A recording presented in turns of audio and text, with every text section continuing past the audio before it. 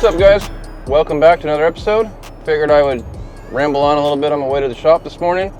Getting ready to start my 14-hour day, typical 4-day work week. Besides the days I edit, those usually go a little bit longer, but a couple things I wanted to talk about on the way into the shop today. Well, for one, Dino's Get Down's approaching. I'm not sure yet exactly if we're going to do a booth there or not. I'm not sure if there's a lot of you guys out there that follow the channel that know what that is or not, but that's like probably the biggest show in the United States right now, or at least one of them, held at the Arizona Cardinals Stadium every year in November. We usually do an open house the Thursday before that show. It's huge. It's a definite must-come event. When I get the dates narrowed down and I get the flyer, I will be sharing that with you guys along with on our social media channels, Instagram, Facebook, etc. But yeah, I just wanted to chat about a few things this morning. The channel is about a year old now. I know we're a custom paint shop. I know the last several episodes we haven't shown much paint work. Reason being is that we got to get the foundations right on those vehicles first. There's a lot that goes into these cars and trucks, and well, mostly trucks is what we do, but there's a lot that goes into them, and it all starts with the foundation. So we have a couple that are approaching paint very soon, and once the paint starts flying, it starts flying like crazy. It's weird the way the dynamic of the shop has always worked. It goes a few months where it's nothing but body work and block sanding and stuff like that, and then it's a few months of painting and sanding and buffing, and then it goes back the other way. It's never really on both ends of that spectrum, so to speak, but bear with us. Paint's coming. Thanks for watching. We're going to get this day started.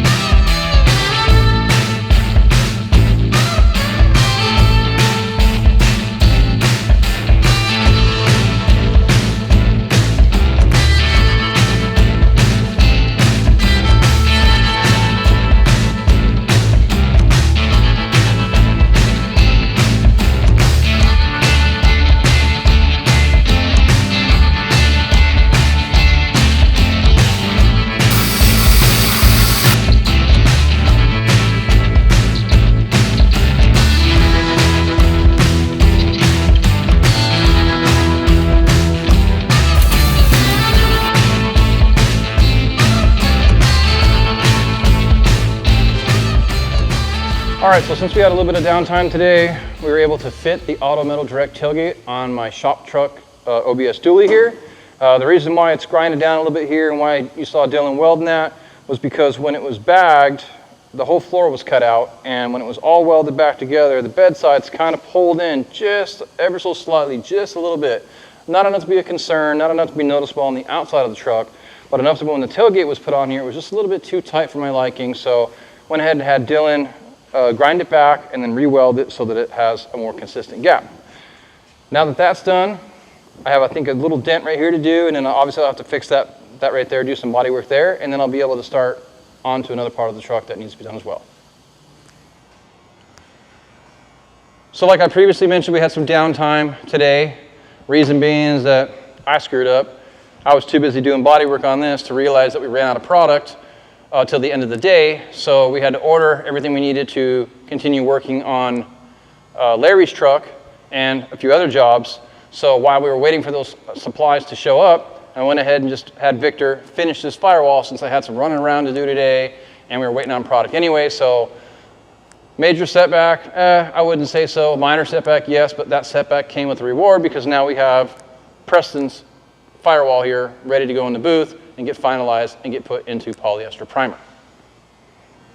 So on the 6400, after a further re-evaluation of the task at hand with Taylor, he decided the best thing to do would be to glass the fenders and get all this stuff shaped and, for the most part, roughed in before the fenders go on and before the hood goes on, because it'd be a lot easier and much more efficient for him to do this fender on this stand than to have it on the vehicle, lean it all down low and everything else. So once he gets the fenders done to where they look really good, not quite perfectly straight, but to where they're pretty close, he'll get the fenders put on the truck, and then he'll proceed with the grill and getting all that tightened up in the front end and making sure the whole front end of this truck is back together so that when he puts the hood on the truck, everything will fit properly and he'll be able to move on with getting the hood straight.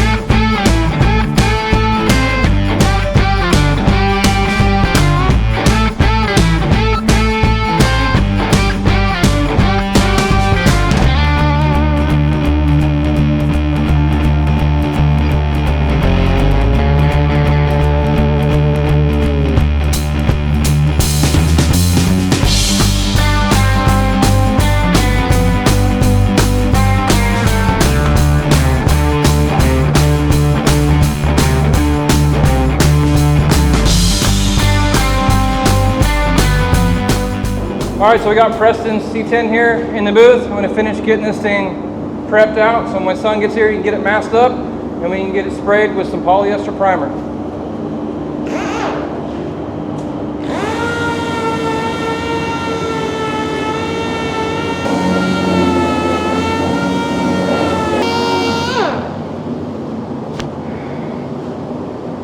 This right here, you can see right here, it's the paint's peeling from a previous paint job from somebody else. This is one of the things that we struggle with in the industry, especially doing custom paint, especially working on older vehicles. This is exactly why you want to strip stuff. You don't know who prepped it, you don't know what material they used, you don't know what their process was, if it was done right, if they cleaned it properly, etc. And it just makes things hard to guarantee and warranty when you're going over top of them. Yes, it's more expensive to do it the right way. Yes, it can be done this way. And yes, it could last forever. But these are just unseen things that happen to us all the time, which makes it very difficult to bid a job.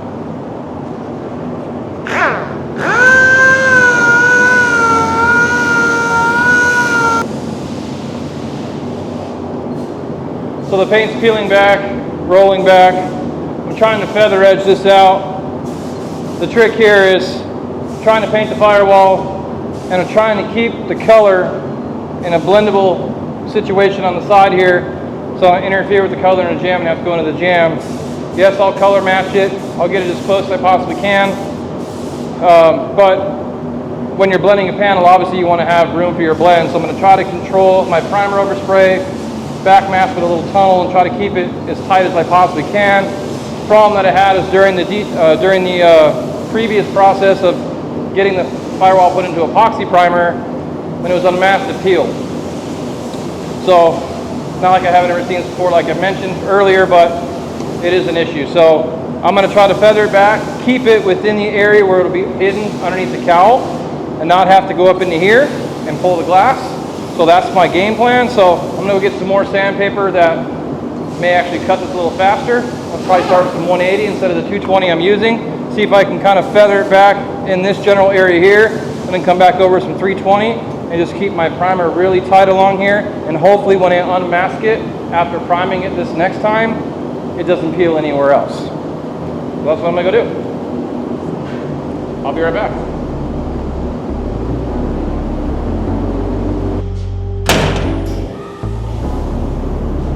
All right, guys, I'm back.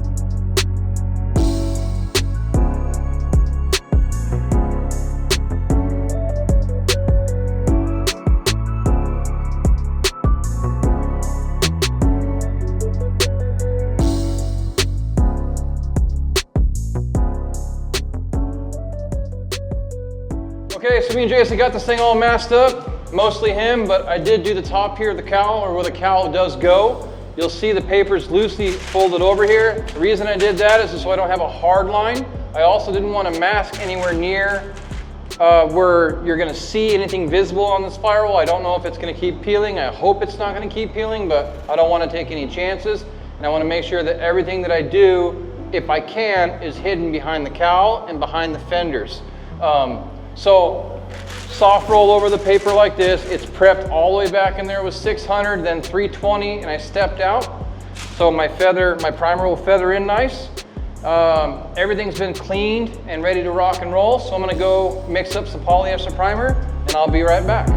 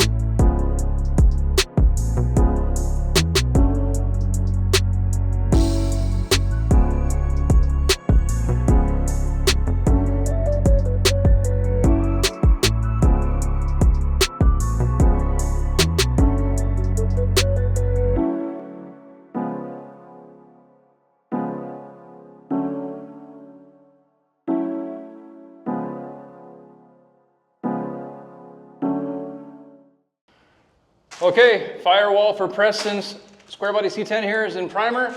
I'm gonna mask it quick before I head on to the next job, just to make sure that nothing peels.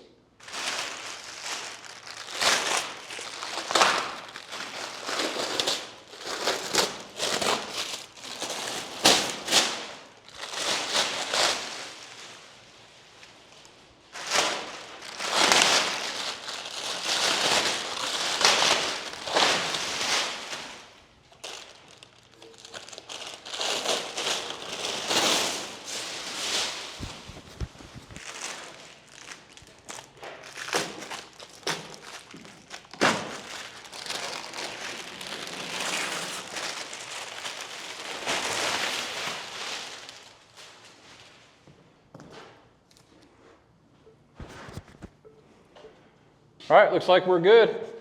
So as you can see here, nice feather edge in with the primer, no hard edges, no hard lines. All the peeling spots are primed over, except for a couple towards the back here. I'll just feather those out, probably put a little spot sealer there before I go to paint. Other than that, yeah, it looks pretty good. So we're gonna head out here and see what else we got going on.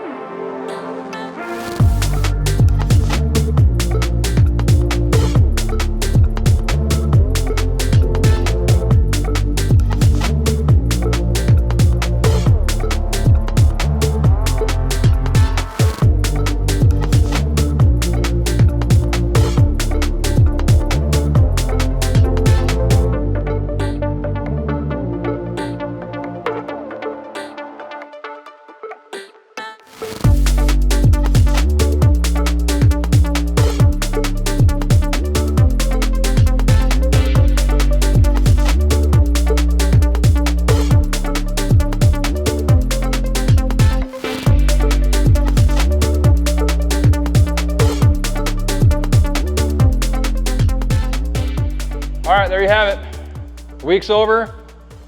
Progress was fantastic this week. We never get done everything we want to get done, but man, we sure got a heck of a lot done, especially in this video, because this is only 2 days. Everything you see in this video is what we did in the last 2 days, so the guys just hustled all week long, nevertheless, the last 2 days. We got Victor's front clip here looking pretty good. I'm expecting next week to have fenders forward, all that looking pretty good, pretty dialed in. So that's what I'm looking forward to seeing. As far as this thing goes, man, I mean, Steven's 6400 here is just absolutely killer. We got one fender on, all glassed out. The other fender will be going on shortly, all glassed out. Then we'll get the front end built, then body work the bottom of the hood, and slap the hood on and start dialing the hood into the rest of the truck. Larry's truck's coming along really good. We got 1/2 side blocked out in 180. This side of the hood and the roof is ready for 320. Victor's gonna carry the 180 all the way down the side, and then he'll come around this side over here and block this side out, and then we'll start stepping up grist from there until we get to 400. And then we're definitely gonna have to do some spot priming on this truck because we've got some breakthroughs, but that's just kind of what's gonna happen when you're trying to make something laser straight and dial all the lines in extra crisp. Get something done in one prime is actually really, really difficult. So thank you guys for watching. Don't forget to like and subscribe. Drop us a comment. Those definitely help. Suggestions help. Remember, guys, I'm doing all this on my own, so let me know how I'm doing. If I suck, if I'm doing good, let me know. You guys have an absolutely great weekend. Again, thanks for watching, and we'll see you guys on the next video.